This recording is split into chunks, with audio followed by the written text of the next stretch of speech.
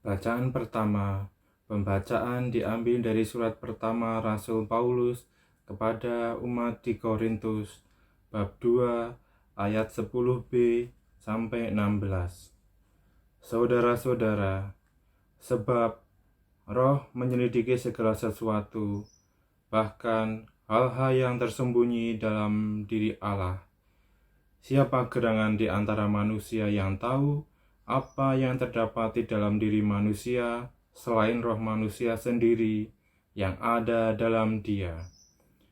Demikian pula lah, tidak ada orang yang tahu apa yang terdapat dalam diri Allah selain roh Allah.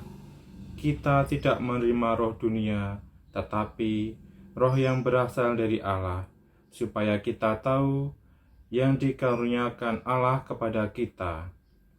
Dan karena kami menafsirkan hal-hal rohani kepada mereka yang mempunyai roh, kami berkata-kata tentang karunia-karunia Allah dengan perkataan yang bukan diajarkan kepada kami oleh hikmat manusia, tetapi oleh roh. Tetapi manusia duniawi tidak menerima apa yang berasal dari roh Allah, karena hal itu baginya adalah suatu kebodohan, dan ia tidak dapat memahaminya, sebab hal itu hanya dapat dinilai secara rohani. Tetapi manusia rohani menilai segala sesuatu, tetapi ia sendiri tidak dinilai oleh orang lain. Sebab siapakah yang mengetahui pikiran Tuhan, sehingga ia dapat menasihati dia? Tetapi kami memiliki pikiran Kristus. Demikianlah sabda Tuhan. Terpujilah Kristus. Bacaan Injil. Bacaan Injil Yesus Kristus menurut Santo Lukas bab 4 ayat 38 sampai 44. Yesus menyembuhkan ibu mertua Simon Petrus dan orang-orang lain. Kemudian ia meninggalkan rumah ibadat itu dan pergi ke rumah Simon.